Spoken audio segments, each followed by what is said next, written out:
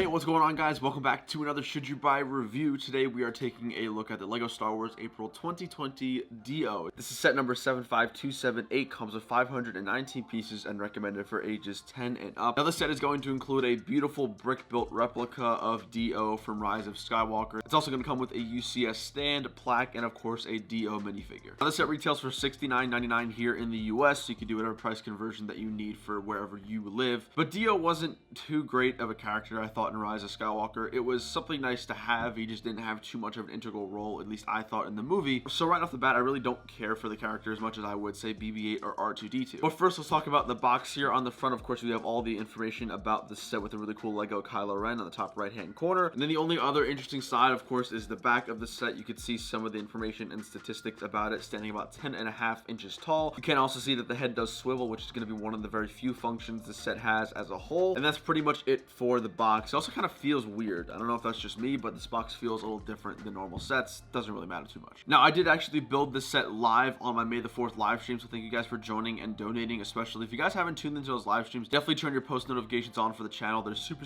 fun, and I love building with you guys. But now let's go ahead and jump on into the set. First impressions overall, it's a very nice look. It's a nice aesthetic. Like I said, it's just under a foot tall about, and one of my favorite pieces of the set has to be the printed cockpit piece. This is a cockpit piece that's been used a lot, especially in like the Kessel Falcon. We've gotten white versions of this, and we've gotten bigger versions in sets like the Tantive 4. But this one's cool because it does have the 3 black stripes printed. There are no stickers, which is beautiful, except the UCS plaque, obviously. So right off the bat, I'm actually a huge fan of this coming from a mock builder standpoint, because this piece is, I believe, exclusive, one of one only in this set, so it does make it pretty cool to have. Now, just working our way from the bottom up, you can see there's a really simple tan construction of just the ground, which essentially holds up the entire set. Nothing too crazy, essentially using dark tan and normal tan slopes, wedges, and bricks just to make a nice little hill for DO to rest on. As you get into the bulk of DO with the wheel and the circular shapes, it does actually look really nice. So starting around, you have these large flex tubes. They're really thick and they bend really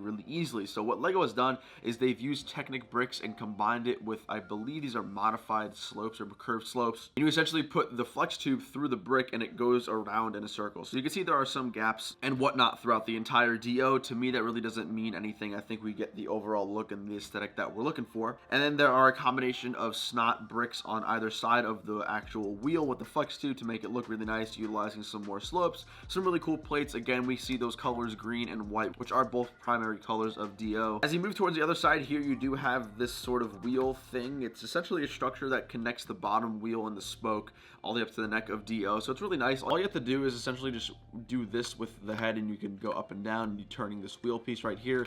Like I said, that is pretty much the only functionality of this set. Now, one of my favorite parts of this build has to be basically everything from the neck up. I already talked about the head and the bottom spoke wheel. In fact, my absolute favorite part of the set is the way that Lego made it look like the neck is connected by wires that go through and loop through a Technic brick and go towards the bottom. It really gives us a sense that this entire thing is connected, and I think that's super cool. You can also see there are some grill plates and some cheese slopes going around the entire neck to make it look more smooth. And then the only other functioning thing is the wheel on the top here. So the bottom wheel does turn up and down. The top wheel does turn left to right. My buddy over at JB Brick Fanatic on YouTube actually made a tutorial on how to get this wheel to spin. I haven't quite done that yet. It is something I want to do, so stay tuned if I do end up doing that. But I just love the overall construction of this neck piece right here. I honestly don't know what about it. It just looks super cool, super realistic. And again, my favorite part is using these really thick flex tubes to actually make it look like the entire thing is connected by wires and whatnot, other really cool details. And then the last thing to briefly talk about is the UCS plaque. It's really simple. It has a whole bunch of information about DO, his affiliation with the Resistance, or I guess new affiliation with the Resistance, his companion as BB-8, and all that kind of stuff. So that just wraps up about everything I have to say about this DO build. Now, in the end, would I buy it for $69.99? I would probably say no. I do love the construction, and I think it's a great set, especially if you modify the wheels to make them turn. But I do think $70 is a little bit too much in my personal opinion. I would have much rather $60, obviously. I think $60 would have been a perfectly fair price for this. I don't think there's enough to warrant $70. But don't let that hinder you. There are a bunch of really cool techniques that builders will love. Lots of really great parts. So if you're someone who's gonna build the set, is interested in learning new techniques, and may even eventually break it down, this is gonna be a set for you. If you're just like me and really wants to have a nice display piece, then I'd say definitely buy it. But if you're someone who wants play features, wants functionality, wants minifigures, this set and this wave probably isn't going to be for you. So guys, down below in the comments, let me know what you think of the DO set. Do any of you guys have it? What do you think? Do you give a thumbs up or a thumbs down? Let me know down below in the comments, guys. Of course, I will see you in the next video. Take it easy. Peace.